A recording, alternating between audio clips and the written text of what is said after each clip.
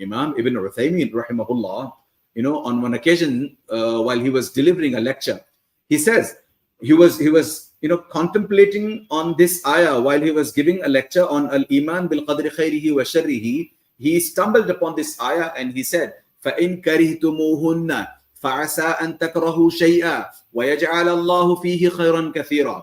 What he's trying to say here is that, there are things that can happen in our lives. While we may not necessarily be pleased with those things, we may actually be upset with some of those things. That while that can happen with us, فَإِن كَرِهْتُمُوهُنَّ, and here Allah Azza wa Jal is actually talking about our wives. In this ayah, Allah Azza wa Jal is actually talking about our wives in the very first portion of the ayah. فَإِن كَرِهْتُمُوهُنَّ فَعَسَىٰ, it is highly likely أَن تَكْرَهُوا شَيْئًا, that you dislike something, وَيَجْعَلَ اللَّهُ فِيهِ خَيْرًا كَثِيرًا, and you would realize that Allah Azza wa Jal has blessed that particular thing with a lot of khair and a lot of barakah and a lot of blessings.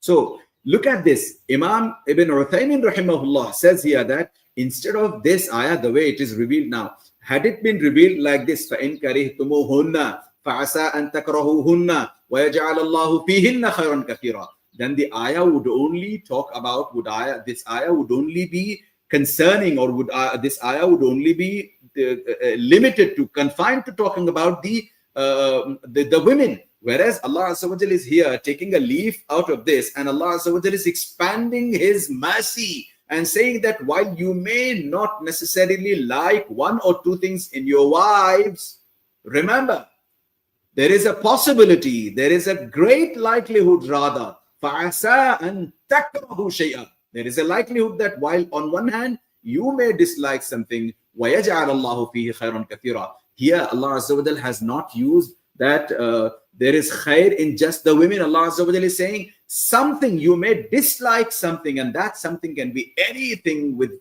respect to the lives of each one of us. That's how important Aqidah is in our lives.